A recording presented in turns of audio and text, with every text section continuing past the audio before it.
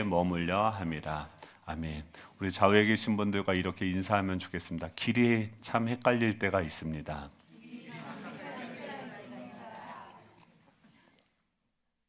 네, 저는 그런 경우가 참 많은데 길치라 그렇습니다. 그 내비게이션을 사용하다가 이 혼란스러운 경험이 있죠. 같은 목적지를 입력했는데 어떤 내비게이션은 고속도로를 권하고 다른 것은 또 지방 국도를 권하기도 합니다. 지금 모두 다 최적의 경로라고 이야기하는데 어떤 길이 진짜 최선일까? 우리는 그 길을 매번 선택을 해야 되는 것이죠. 지금 오늘 우리가 살펴볼 사도행전 21장의 이야기도 바로 이런 상황입니다. 지금 모든 사람들이 다 동일하게 뭐라고 얘기하면 성령의 감동으로 말한다라고 이야기하는데 그 방향이 완전히 다른 것이죠. 먼저 지도를 보면은 지금 밀레도라는 곳에서 사도 바울이 고별 설교를 합니다. 지금 이 지역이죠. 밀레도에서 에베소 장로들을 불러서 거기서 이제 고별 설교를 하고 배를 타고 니도에 가서 여기서도 이제 배를 타고 니도에 가서 여기서 1박을 하고 여기서 로도를 배를 타고 지나서 이 굽바다라라고 하는 지역. 그러니까 여기서 배 타고 여기 가서 1박을 했다가 또 여기 왔다가 또 여기 갔다가 거기서 이제 구브로 섬을 왼쪽에 끼고 이 시돈과 두로 이 지역까지 오게 되어집니다. 그게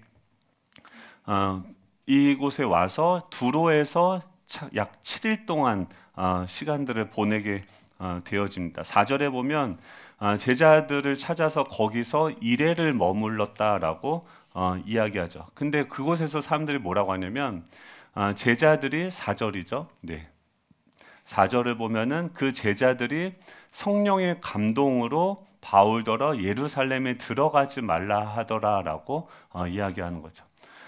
일주일 동안 이제 거기서 제자들을 만나서 오랜만에 회오를 하고 또 이야기를 하는데 그 제자들이 성령의 충만함을 받고 감동을 받아서 뭐라고 얘기하면 예루살렘 가지 말라라고 얘기하는 거예요. 5절에 보면 이 여러 날을 지낸 후에 바울이 떠나가는 거죠. 그들이 다 그 처자와 함께 성문 밖까지 전송을 해요. 성문 밖까지 나와서 너무나도 아쉬워하면서 전송하면서 함께 그 바닷가에서 또 배를 타는데 함께 거기서 무릎을 꿇고 기도하면서 서로 작별을 하고 우리는 배에 오르고 그들은 집으로 돌아가니라라고 하는 거예요. 지금 이제 인천공항 가서 비행기 타고 가는데 가서 가지 말라고 하면서 공항에서 무릎을 꿇고 서로 서러워서 안타까워하면서 작별을 하는 그런 모습.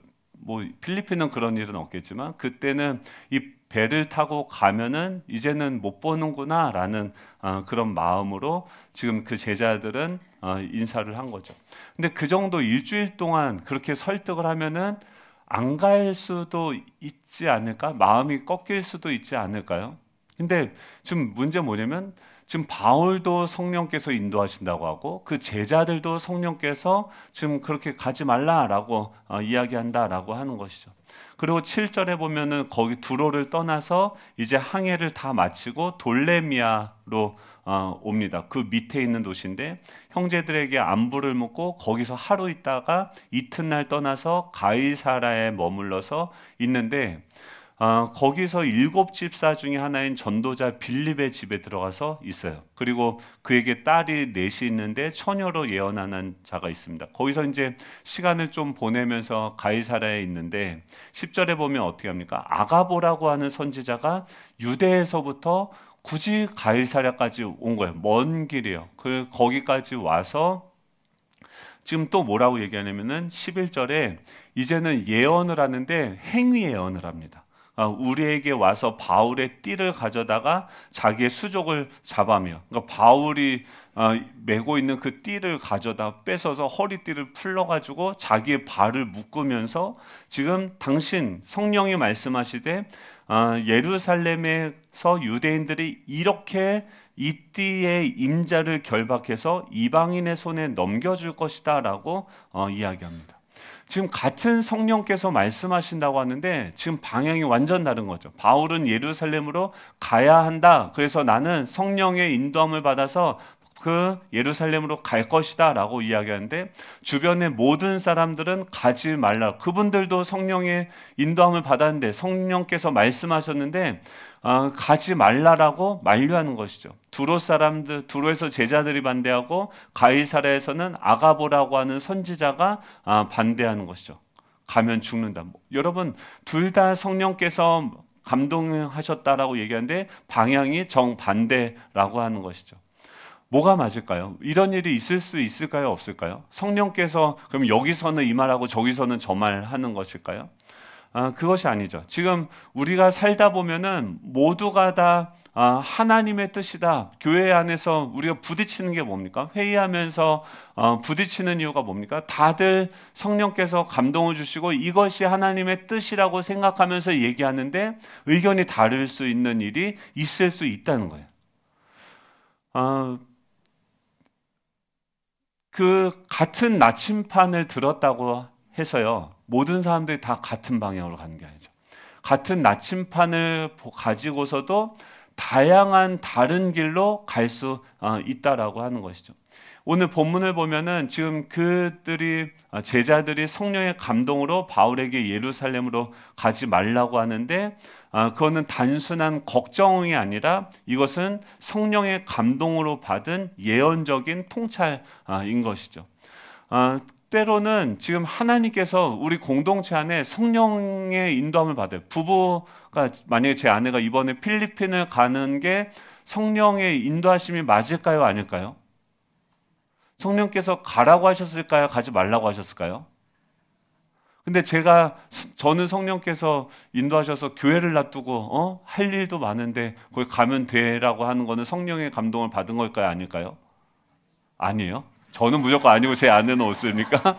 여러분, 그러시면 안 됩니다.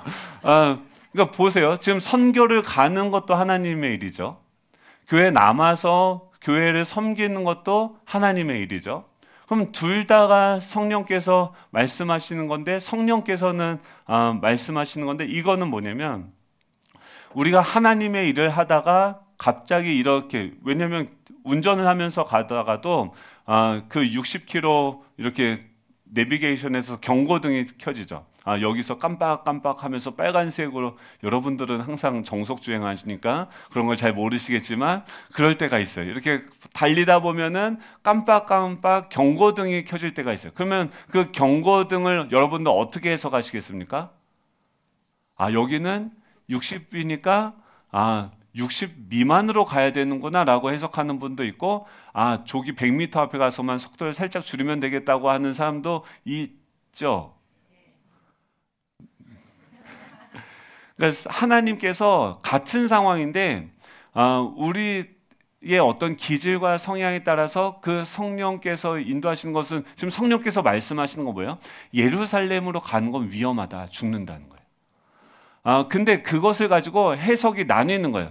죽는다 하더라도 가야겠다, 그것이 하나님이 기뻐하시는 뜻이다, 나는 죽어도 괜찮다 하고 가는 것이 바울의 입장이라고 한다면, 죽는다고 하니까 엄마의 마음으로 지금 그것을 말리면서 안 가는 게 좋겠다고 얘기하는 것도 성령의 마음인 거고, 또 그럼에도 불구하고 누군가는 가서 그 예루살렘 사람들을 도와야 되니까, 지금 우리 교회도 지금 바쁘고 할 일이 많은데 필리핀도 어렵고 힘드니까 거기를 돕는 것도 하나님의 뜻이고, 이 교회에서 우리를 섬기고 사람들 세워가는 것도 하나님의 뜻이죠. 근데 공통된 것은 무엇입니까? 성령께서는 반드시 그곳에 가면은, 그러니까 이 성령께서 말씀하시는 것이 우리 각 사람들이 그것을 가지고서 다른 역할을 했어요. 아까도 사명을 부를 때 어떤 분들이 화음을 넣더라고요. 그러니까 같은 노래를 부르는데 그렇게 화음을 넣으면 됩니까? 안 됩니까? 음이 다른데요? 하모니가 이루어지는 거죠. 마찬가지로 똑같은 말씀인데 그것을 가지고서 우리가 다른 관점으로 다른 생각으로 이야기하는데 그것이 다르고 틀린 것이 아니라 이것이 하모니를 이루고 더 풍성하게 할 수 있다라고 하는 것이에요. 다윗이 성전을 지어야 된다라는 감동을 받았어요. 그런데 이 나단 선지자가 뭐라고 하면 처음에 찬성하다가 하나님의 말씀으로 만류를 하게 됩니다. 이건 둘 다 맞아요. 성전을 짓는 것이 하나님의 뜻이 맞는데 지금 뭐예요? 때가 그때가 아닐 수 있다는 거예요. 그러니까 하나님께서 우리에게 말씀하시는데 그 다른 사람들의 반대를 통해서 우리는 어떻게 하냐면 그 때가 무엇인지 다양한 것들을 하나님께 물어보면서 더 하나님의 음성을 모노가 아니라 스테레오로 다양하게 우리가 더 명확하게 들을 수 있도록 한다라고 하는 것이죠.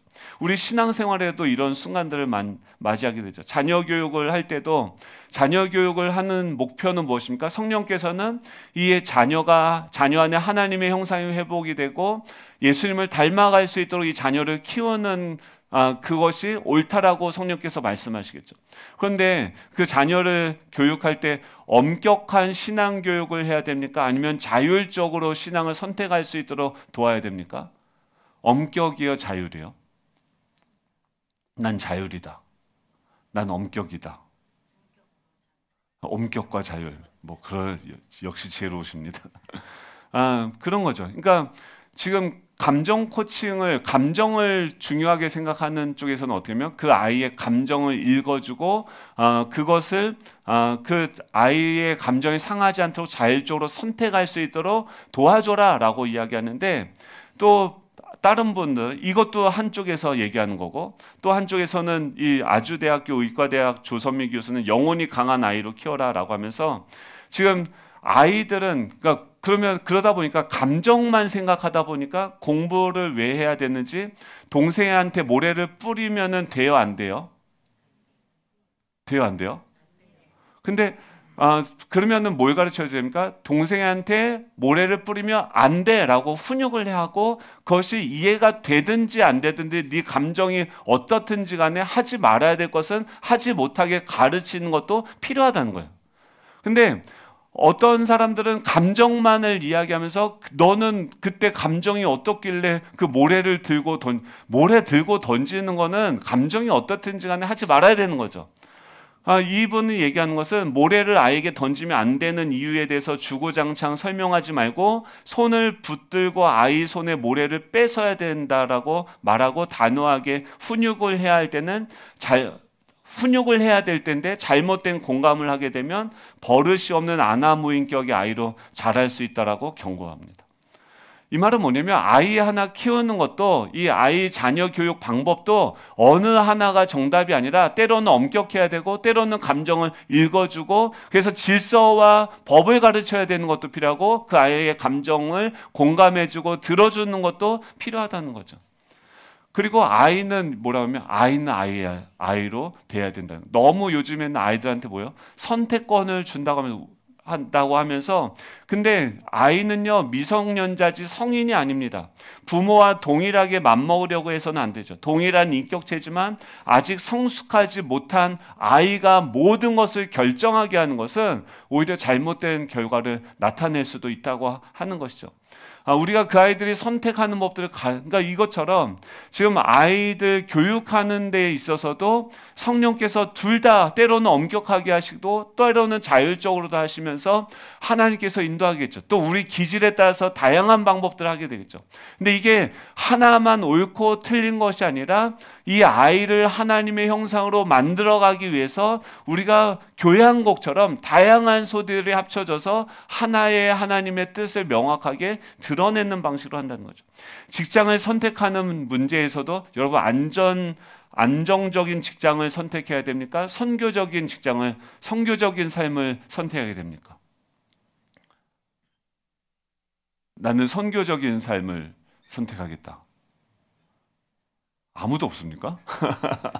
안정적인 직장을 선택하겠다. 네. 그러면은 선교적인 삶을 선택한 사람도 안정적인 직장을 선택한 사람들을 어떻게 해야 됩니까? 믿음이 없다. 이렇게 얘기해야 됩니까? 비난해야 됩니까? 그래서는 안 된다는 거죠. 그러니까 안정적인 직장을 선택하는 것도, 또 선교적인 삶을 선택하는 것도 각자 부르심이 다를 수 있다는 것을 인정해야 된다는 거예요. 헌신의 방식에서도 전면적인 헌신, 지금 선교를 가는데 여러분 다 가셔야 되는 거 아닙니까? 이렇다고 또 오늘 또 다 비행기표 끝났습니다. 전면적인 헌신을 할 수도 있고 점진적인 헌신을 할 수도 있는 거죠. 이렇듯이 근데 이럴 때 우리가 중요한 게 뭐냐면 서로의 진정성을 우리가 인정해야 된다는 거예요. 나는 이렇게 했으니까 나만 옳고 나만 진정성이 있다라고 얘기해서는 안 된다고 하는 것이죠. 저 사람도 진정성 있게 하는 것이고 저 사람도 아이를 잘 기르고 싶은 거예요. 저 사람도 교회 사역을 잘하고 싶은 거예요. 저 사람도 하나님을 잘 섬기고 싶은 거예요. 그런데 선택이 다를 수 있다는 거예요. 그랬을 때 서로의 진정성을 인정해 주는 것이 필요하고 각자의 부르심이 다를 수 있다는 것도 인정해야 되죠. 다 신학교 가고 다 사역자가 되면은 어떻게 합니까? 몇몇 사람들은 신학교에 가서 저처럼 목사가 되기도 해야 되지만 다양한 사람들은 또 교회에서 다양한 모습으로 섬겨야 되게 하는 거죠. 그럴 때 우리는 어떻게 되냐면 함께 기도하면서 함께 지혜를 구해야 된다라고 하는 것이죠. 지금 이 가이사랴에 도착을 했을 때 이 아가보 선지자가 바울의 띠로 자신을 묶으면서 예언합니다. 이 예언은요, 말씀은요, 거울과 같습니다. 여러분 자꾸 환경에 비춰서 자신을 보시지 말고 다른 사람을 통해서 나를 보지 마십시오. 나는 저 사람처럼 되고 싶다. 저 사람처럼 되어지지 않아야지. 사람들이 나를 어떻게 생각하는지 그 사람들의 시선 앞에서 사는 게 아니에요. 환경이 어떠냐가 아니에요. 여러분 지금 이곳에 살아계신 그 하나님의 말씀 앞에서 그 말씀을 우리가 듣게 되어지는 순간 뭐가 되어집니까? 우리 안에 창조의 역사가 일어나고 공간이 생기고 빛이 있으라 하면 빛이 있고 흑암과 공허와 혼돈 위에 빛이 있고 공간이 세워지고 하나님의 역사들이 채워지는 일들이 말씀을 통해서 임하게 되어집니다.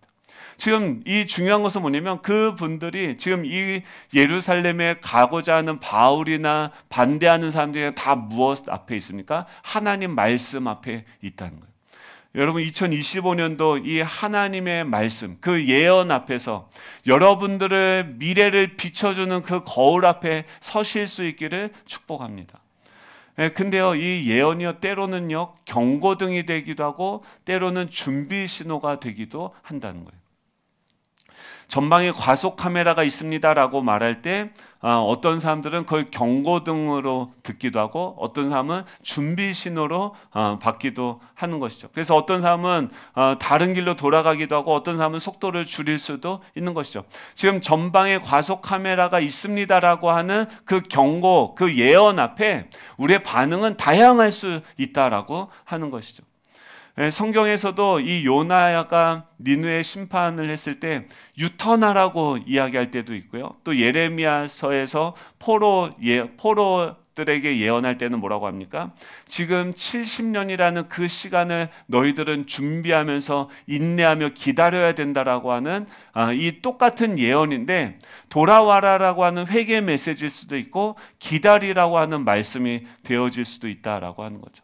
지금 이 바울이 지금 예루살렘으로 가기 위해서 결정한 것이 사도행전 11장 28절에서 나오는데요. 지금 예루살렘에 어떤 일이 일어납니까?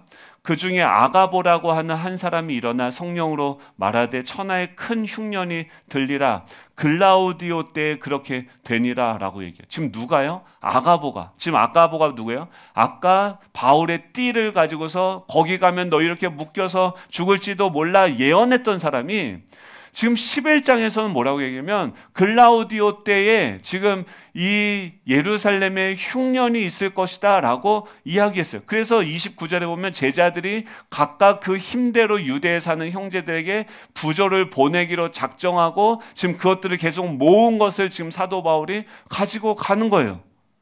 그때는 그런 예언들이 있어서 그런 어려움들이 있을 것이다 라고 얘기했는데 또 똑같이 뭐예요? 거기 가면은 죽을 수도 있다고 하는 말이에요. 둘 다 맞는 말인 거죠. 우리가 중요한 것은 뭐냐면 2025년도에 중요한 것은 뭐냐면 여러분 기억하셔야 되는 건 뭐냐면 하나님이 지금도 어떻게 해요? 우리에게 말씀하신다는 거예요. 너무 덥다고 말씀하시죠? 네. 하나님이 어떻게 말씀하시냐면 이 예언적인 메시지를 어떤 식으로 말씀하십니까? 예언이라고 하는 것은 이 말씀을 밝히 드러내 주시는 거예요. 조명을 해 주시는 거예요. 설교를 통해서도 말씀하십니다. 설교를 들을 때 앉아서 설교를 오늘은 얼마나 잘하는지 한번 보자. 됩니까? 안 됩니까? 안 돼요. 어떤 분들은 설교를 잘할 수도 있고 못할 수도 있어요. 신대원 가서 제가 배운 비결은 뭐냐면 설교 본문 읽고 딴 얘기하는 분이 있어요. 근데 그렇다 하더라도 그 본문을 지금 오늘 선택해서 그것을 말씀하신다고 한다면 저는 그래요. 그 본문을 통해서 하나님께서 무엇을 말씀하시는지를 듣는 거죠. 저 사람의 그 말을 통해서 하나님은 다양하게 지금 저를 통해서 또 다양한 사람들을 통해서 또 성경 말씀을 통해서도 말씀하십니다. 큐티를 통해서도 말씀하시기도 하고 이 말씀 구절을 저희가 연초에 송구영신 때 드리지 않습니까? 그러면은 어떤 데는 이거는 너무 샤머니즘 무속적인 거 아니냐라고 이야기해서 안 하는 교회들도 있습니다. 근데 여러분 말씀은요 다 그 말씀이 징검다리 같아요. 이 모든 성경의 말씀은 결국 저도 이번에 받은 말씀이 고린도전서 12장 말씀인데 더 큰 은사를 사모하라. 가장 좋은 길을 알려줄 것이다. 그래서 그 말씀을 붙들고 제가 기도하면 뭐 하겠어요? 결국은 징검다리처럼 그 말씀을 통해서 하나님 앞으로 우리를 인도하는 거예요. 그러니까 여러분들 이 말씀이 어떤 구절이든 어떤 것이든 지금 이곳에 살아계신 그 하나님께로 우리를 인도하는 징검다리와 같이 또 그것이 저를 통하여서 하나님이 역사하신 하나님의 능력으로 임할 수 있다라고 하는 것이죠. 중요한 것은 이 영적인 민감함이 우리 가운데 회복되어야 되는 거죠. 이 바울은요 지금 그곳에 위험이 있다라고 하는 그 성령님의 경고를 들었어요. 많은 사람들은 거기서 무엇을 선택하냐면 안전을 선택을 합니다. 여러분이라고 한다면 여러분들이 바울이라고 한다면 예루살렘에 가시겠어요? 아니면은 안 가시겠어요? 간다. 안 간다.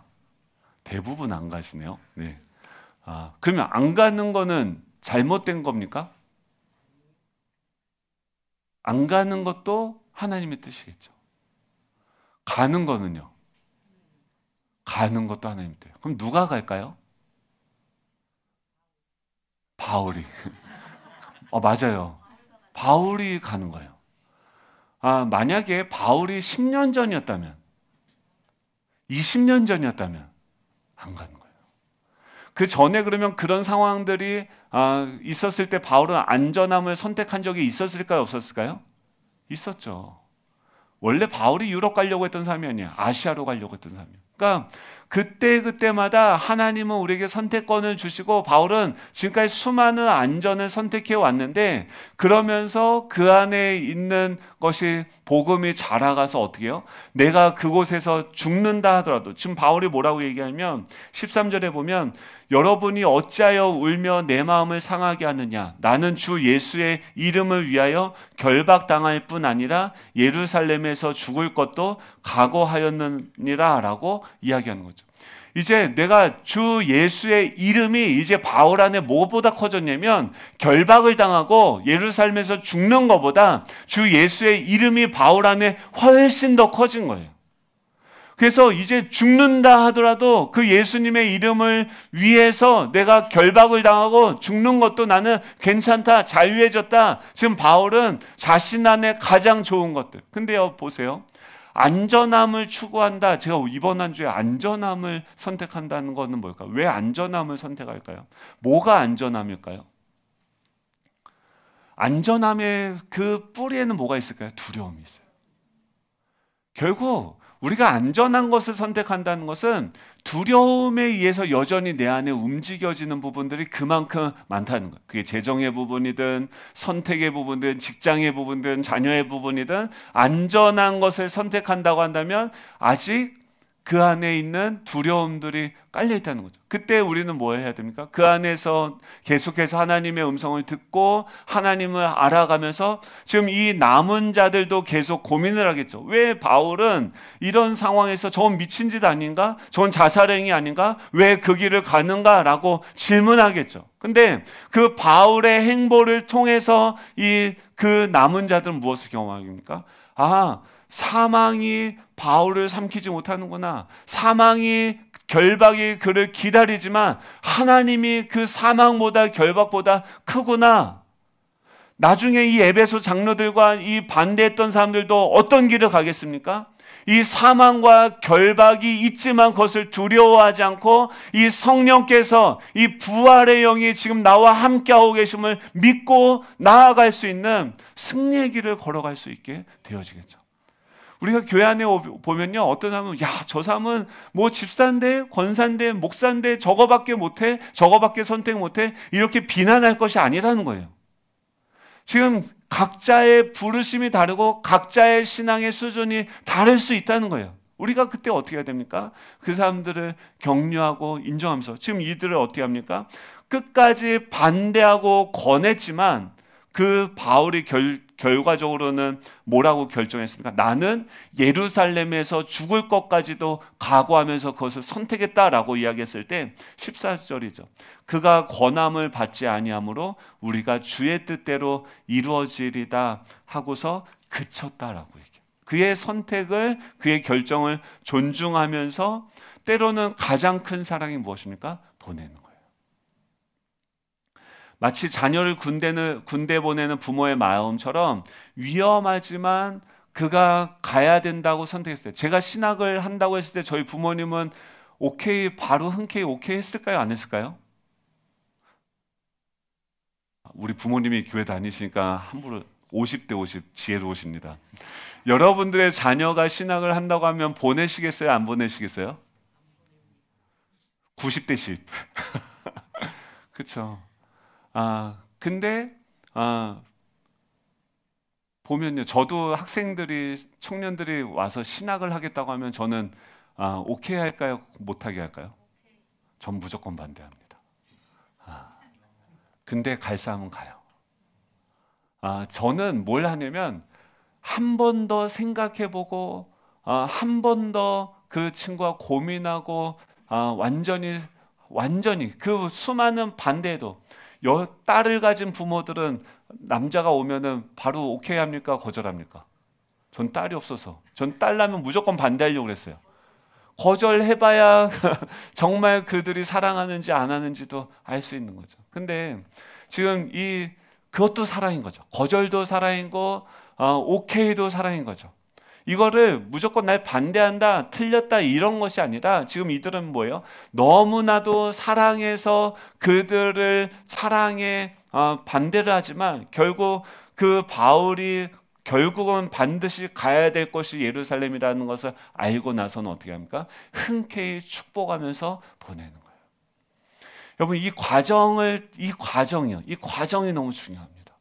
올 한 해 우리의 삶에서도 수많은 선택의 길이 있을 거예요. 성령께서 여러분 목장에서 기도하시길 축복합니다. 가정에서 기도하시길 바랍니다. 그냥 내 생각, 내 뜻이 아니라 어떤 것이 이 삶을 사랑하는 길인가, 어떤 것이 정말 하나님이 기뻐하시는 뜻인가, 그것을 물어보시고 질문하시고 그것에 대해서 정말 하나님이 기뻐하시는 것이 무엇인지 선택할 수 있는 저와 여러분 될 수 있기를 축복합니다. 안전보다 순종을 선택할 수 있는 저와 여러분이 될 수 있기를 축복합니다. 안전은요, 안전한데 안전하기만 해요. 근데 안전한지도 몰라요. 순종은요, 말씀을 경험하게 되어집니다. 이번 선교팀 또 우리 2025년도 우리 모든 성도님들 안전이 아니라 순종을 선택하며 나아갈 수 있는 하나님의 말씀을 경험할 수 있는 복된 한 해 될 수 있기를 축복합니다. 우리 찬양 일어나셔서 찬양하며 나아가기 원하는데요. 말씀 앞에서 룻기도 뭐 그렇죠. 룻이 무슨 소문을 들었는지 모르겠는데 뭐 그 땅에서 뭔가 이제 뭐 곡식들이 뭐 결실을 맺는다 뭐 이런 얘기 들었겠죠. 근데 룻은 그걸 뭘로 듣냐면 여호와께서 자기 백성을 돌보신다라고 들어요.